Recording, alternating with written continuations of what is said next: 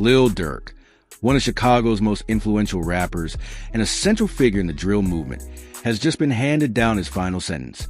And the news is grim. He's officially been sentenced to 10 years in prison after not only facing a mountain of allegations and evidence from years of legal troubles, but also reportedly being caught up in mischievous and dangerous activities even while incarcerated. And this shocking development has left fans devastated, critics buzzing, and the entire hip-hop industry questioning what this means for his future and for the legacy of OTF. Now let's break this all the way down, because this isn't just another rapper facing time. This is a culmination of a story that has been building for over a decade, filled with triumphs, betrayals, courtroom drama, and the harsh reality of what happens when the streets collide with fame. Durk Derek Banks, better known in the world as Lil Durk, has always lived a life that walked the razor's edge between music and the streets. His rise was meteoric, but so were the dangers and demons he carried with him. For years, Durk managed to balance the chaos of street affiliations with the glitz of mainstream success, building a loyal fan base and cementing his place as one of the top artists of his generation. But as with many who come from environments where survival is taught before success, the past never fully goes away. It lingers, it hunts, and eventually it catches up. That's exactly what happened here. This 10-year sentence isn't just about what prosecutors presented in the courtroom. It's about everything that came with being Lil Durk, the weight of his reputation, the shadow of his crew, and the spotlight that magnifies every move an artist makes once they hit superstardom.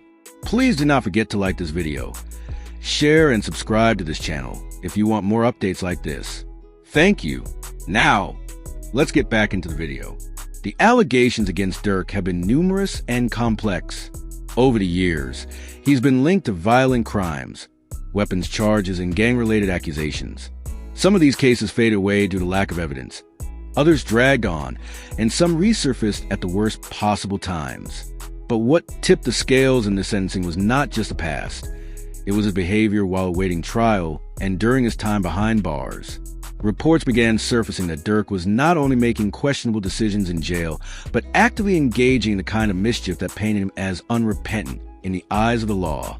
Rumors of contraband, coded communications, and altercations behind prison walls made it harder and harder for his legal team to defend him as someone deserving leniency. Judges don't just look at past crimes. They look at patterns, and in Durk's case, the pattern painted him as someone still deeply entangled in the same world that first put him on the radar of authorities.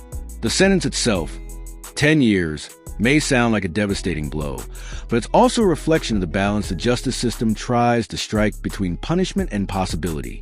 For Durk, this is a decade stripped away at the height of his career. He was headlining tours, releasing chart-topping albums, collaborated with the biggest names in music, and building his empire through OTF. Now, all of that is put on pause, and the industry is left scrambling to figure out how to adapt to his absence. Record labels hate uncertainty, and nothing screams uncertainty like a decade-long prison sentence. While unreleased music can sustain his brand for a while, the truth is that hip-hop moves fast and new stars rise every year. The longer Durk is gone, the more difficult it becomes to maintain his throne in a world that never stops evolving. For fans, this is a gut punch. Lil Durk wasn't just another rapper. He was a voice of the trenches, a man whose lyrics captured both the pain and the pride of those who grew up in the same conditions he did. His authenticity was never in question, and that's why people gravitated to him so fiercely. To hear that he's officially sentenced to 10 years feels like a betrayal to some and a tragedy to others. Social media has exploded with reactions, some fans pledging loyalty no matter what, others expressing heartbreak that yet another promising artist is lost to the system, and critics saying this was inevitable given the life he continued to live even as fame offered him a way out. The polarization is real, but so is the grief that echoes across his community of supporters. Inside the courtroom, the atmosphere was said to be tense and emotional. Family members and close associates sat in stunned silence as the judge read out the decision. Durk himself, usually composed even under pressure, reportedly looked shaken but defiant, as if fully aware of the weight of what was happening, but unwilling to give anyone the satisfaction of seeing him break. That's always been Durk. Quietly intense, determined to project strength no matter how heavy the circumstances. His lawyers, on the other hand, expressed disappointment but not surprise. They knew the tide had turned against them once reports of his jailhouse mischief surfaced, making it nearly impossible to argue for mercy. When the system sees you not as someone who made mistakes, but as someone who continues to invite trouble, their patience runs out quickly. The implications of this sentence stretch far beyond Durk himself. OTF, his crew and brand, is directly impacted. They lose their leader, their figurehead, the one whose name carried them from local notoriety to national recognition.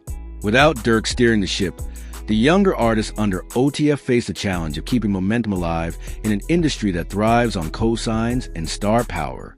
It's not impossible, they're talented and ambitious, but without Durk, the dynamic shifts.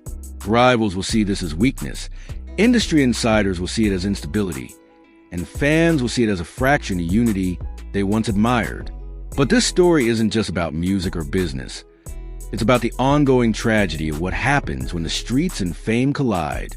Durk is far from the first rapper to face a lengthy sentence at the peak of his career, and unfortunately, he won't be the last. The cycle keeps repeating.